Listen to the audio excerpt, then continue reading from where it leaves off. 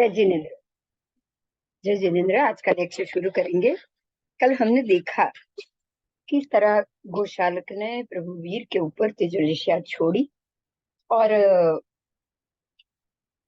वो लेशिया प्रभु को एक प्रदक्षिणा देकर उसी गोशालक के थोड़ी आकाश में ऊपर गई और फिर वापस वो नीचे आके उसी गोशालक के शरीर के अंदर उसने प्रवेश किया।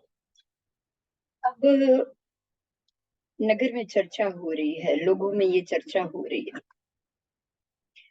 गोशालक कह रहा है ये तेजोलेशिया फेंकने के बाद भी उसके शरीर में वापस आ गई, लेकिन वो फिर भी कह रहा है कि इसके प्रभाव से आपकी मृत्यु 7 दिनों के अंदर अंदर हो जाएगी।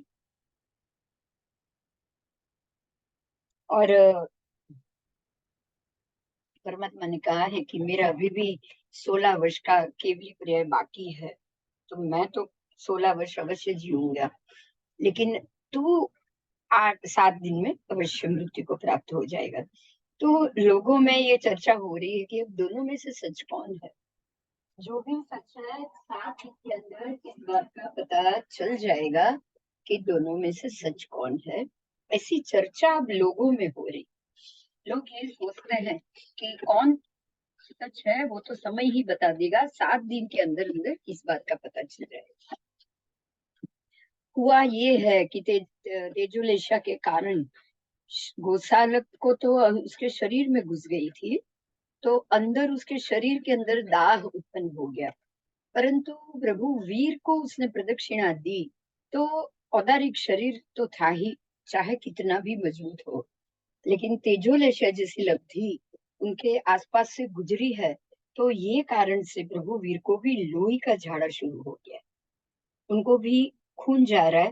गोशालक ने कहा था कि 6 मास के अंदर अंदर आपकी मृत्यु हो जाएगी। अब 6 मास तक तो तेजोलेशिया के असर के कारण प्रभु वीर को लोही का झाड़ा हुआ था, तो ऐसा तो नहीं था कि तेजोलेशिया की कोई असर नहीं हुई है। पर प्रभु ने कहा है गोशालक को कि तू तो 7 दिन के अंदर ही मर जाएगा। तो अब गोशालक अपने यहाँ वापस चला गया। प्रभु वीर और सब वहां सब शरण वो सब में शांति हो गई। जो 2 साधु काल धर्म हो गए थे उनकी जो भी क्रिया थी वो सब हो गई। अब प्रभु ने श्रवण ग्रंथों को संबोधित करके ये कहा कि हे आर्यो, जिस तरह से घास का ढगला हो, है ना, तृण तृण का ढगला या लकड़ी का ढगला या फिर पान पत्ते, झाड़ के सूखे पत्ते उसका ढगला, या फिर वो जो सूखा हुआ छाण पड़ा हो उसका ढगला, या फिर वो जो छिलके होते हैं लकड़ी के या उसके उसका ढगला, है ना, लकड़ी का निकला हुआ भूसा उसका ढगला, है ना, फिर वो उसके जो लकड़ी की छाल निकलती है उसका ढगला, छाण जो सूखा होता है उसका ढगला, अथवा कोई भी कचरे का ढगला, अगर उसको अग्नि का स्पर्श हो जाता है तो वो जलना शुरू हो जाता है। बराबर। तो अग्नि से वो सेवित होता है, पहले स्पर्शित होता है, फिर सेवित होता है, फिर अग्नि के कारण वो परिणाम के अंतर को भी प्राप्त करता है, उसके परिणाम बदल जाते हैं। वो ढगला जो था वो अग्नि से कोई जल जाएगा, कोई आधा जलेगा, कोई भूसा होकर राख होकर बिखर जाएगा, ऐसा कुछ न कुछ परिणाम को वो अवश्य प्राप्त होगा। क्योंकि अग्नि लकड़ी की चीज को, सूखे पत्ते की चीज को हो या सूखा हुआ छाण हो या कपड़ा हो, सबको जला देता है।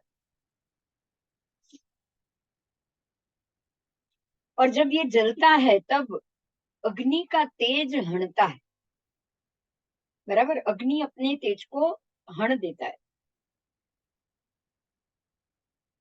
जब ये खत्म हो जाएगा तब अग्नि का तेज भी खत्म हो जाएगा और अग्नि भी तेज रहित हो जाएगा। अब उसका तेज जो नष्ट हो गया, भ्रष्ट हो गया, अव्यक्त है, लुप्त है, संपूर्णपणे विनष्ट हो गया, ऐसे बिल्कुल अग्नि भी विनष्ट हो जाएगा, वो वस्तु भी विनष्ट हो जाएगी। बराबर इसी तरह गोशालक ने अपने शरीर में से तेजोलेशिया बाहर निकाली है। देखिए, बराबर ध्यान से सुनिएगा। तो वो तेजोलेशिया उसने प्रभु के वध के लिए अपने खुद के शरीर से बाहर निकाली थी, इसीलिए अब उसका जो तेज था वो नष्ट हो गया। बराबर, जैसे अग्नि किसी को जलाता है तो जलाने के बाद अग्नि का तेज नष्ट हो जाता है, ऐसे ही गोशालक ने वो अपने शरीर से तेजोलेशिया बाहर निकाली थी। अब वो तेजोलेशिया उसके वापस शरीर में ही घुस गई, उसके शरीर को उसने अंदर से जलाना शुरू कर लिया। तो इतना समझ लीजिए कि अब वो तेज रहित हो गया। उस तेजोलेशिया का जो तेज था, उस तेज भी नष्ट हो रहा है और उसका शरीर भी नष्ट हो रहा है। तो हे आर्य, पहले तो मैंने मना किया था कि वो आएगा तब कोई कुछ नहीं बोलेगा, क्योंकि तब उसके अंदर तेज भरा हुआ था। तेजोलेशिया उस छोड़ने के पहले की ये बात थी, लेकिन अब उसने तेजोलेशिया बाहर छोड़ भी दी और वो तेजोलेशिया ने उसके शरीर को स्पर्शित कर लिया, उसके शरीर को जला दिया। तो अब समझ लीजिए कि अब उसके शरीर के अंदर का जो तेज था और जो अब तेजोलेशिया का तेज था वो सब नष्ट हो गया है। उसका शरीर अंदर से जल रहा है, उसके अंदर ताकत नहीं रही है। तो अब आप जाओ, इसलिए अब आप जाओ और अपनी अपनी इच्छा अनुसार गोशालक के साथ धर्म चर्चा करो। बराबर, अब वो कुछ नहीं करेगा, वो कुछ करने पाने की शक्ति में ही नहीं। अब उसकी तेजोलेशिया की जो शक्ति थी वो नष्ट हो गई है, इसीलिए जाओ और उसके सिद्धांतों का खंडन करो। वो जो सिद्धांत मान के बैठे हैं उससे चर्चा करो, उसको उसके सिद्धांत कहाँ गलत है वो समझाओ, और आप जाकर धर्म चर्चा करो और जो सही है वो उसे बतलाओ।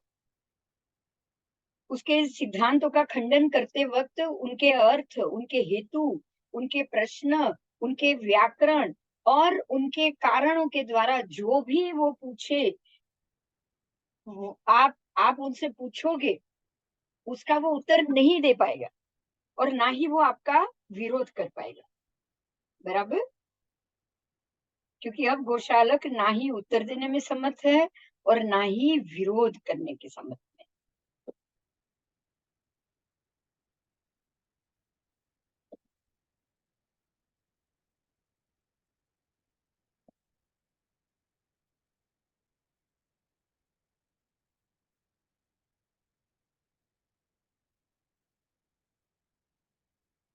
तो अब आप जाओ, उसे प्रश्न, व्याकरण, जो भी जैसे भी हो, आप उससे कारण, हेतु सब बताओ, सब बताओ और उसको समझाओ कि सिद्धांत क्या है।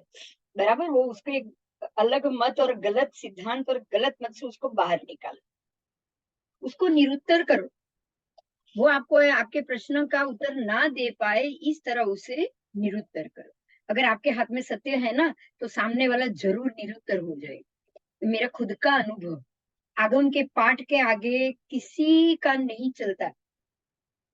आगम के पाठ से आप जितनी मजबूती से आगे बढ़ोगे, जितनी मजबूती से चर्चा करोगे और लोगों के सामने तत्व को रखोगे, no one can beat you. क्यों? क्योंकि ये आगम के सिद्धांत, सिद्धांतों को कोई नहीं हरा सकता। इतना ध्यान रखिएगा, सिद्धांतों को कोई नहीं हरा सकता। आगम के सिद्धांतों का खंडन कोई नहीं कर सकता। आप अलग मत के सिद्धांतों का खंडन अवश्य आगम का मत अवश्य कर पाएगा, अवश्य कर पाएगा। पर आगम के मत को लेकर, आगम के सिद्धांतों को लेकर चलने वाले का खंडन, उसको निरुत्तर कोई नहीं कर सकता, क्योंकि परमात्मा ने आगम में दिए ही ऐसे सिद्धांत जो बिल्कुल सत्य है, जो बिल्कुल सत्य निष्ठा से युक्त है। तो परमात्मा ने अपने सभी साधुओं को यही सिद्धांत सिखाए, सत्य के ही सिखाए, सत्य निष्ठा से ही उस पर चलना सिखाया था। तो अब परमात्मा सभी अपने जो साधु भगवंत हैं उनको कह रहे हैं कि आप जाओ और जाकर गोशालक के मत के विरुद्ध उसके मत का खंडन करो और उसको सत्य समझाओ, कारण दो, हेतु दो, उसके प्रश्न उसको बार बार प्रश्न करके, उसके सिद्धांतों के विरुद्ध प्रश्न करके उसको निरुत्तर करो। तो पहले तो प्रभु ने निषेध किया था, बराबर, क्योंकि तब तो गौशाला के पास तेजोलेशा थी, उसको उसका अहंकार भी था, और उसने दो महात्मा को तो जलाकर भस्म भी कर दिया। इसी कारण से परमात्मा ने पहले मना किया होगा, क्योंकि तेजोलेशा गुस्से में कुछ भी, छोड़ी हुई तेजोलेशा कुछ भी कर सकती, और गुस्से में रहा तेजोलेशा का जो धारक है, जो उसको सिद्ध जिसने की है, वो व्यक्ति अगर गुस्से में आ जाए तो वो किसी को भी जला सकता है। तो ये कारण से पहले प्रभु ने मना किया था। अब गौशालक की तेजोलेशिया भी नष्ट हो गई, उसका मद भी नष्ट हो गया है, उसकी ताकत भी नष्ट हो गई, उसकी शक्तियां भी नष्ट हो गई। तो अब ऐसे अहंकार में अंध बनी हुई व्यक्ति को अगर आप बातचीत करो या हित शिक्षा दो या प्रेरणा दो या कुछ समझाने जाओ, तो वो आपका ही नुकसान कर सकता है। लेकिन अहंकार से जो टूट चुका है, अब जो शक्तिहीन हो चुका है, उससे अगर आप, जिसका प्रभाव क्रोध का या तेजोलेशिया का जिसका प्रभाव नष्ट हो चुका है, अगर ऐसे व्यक्ति के पास जाकर आप उसके मत और उसके सिद्धांत को गलत ठहराने की साबित करो, उसको प्रश्न उत्तर करो, तो अब वो कुछ नहीं कर सकता है, उसको वो सारा सुनना ही पड़ेगा, उसको उसको सुनना ही पड़ेगा। तो इस प्रकार से, हाँ, आवाज आवाज बोल શું છે?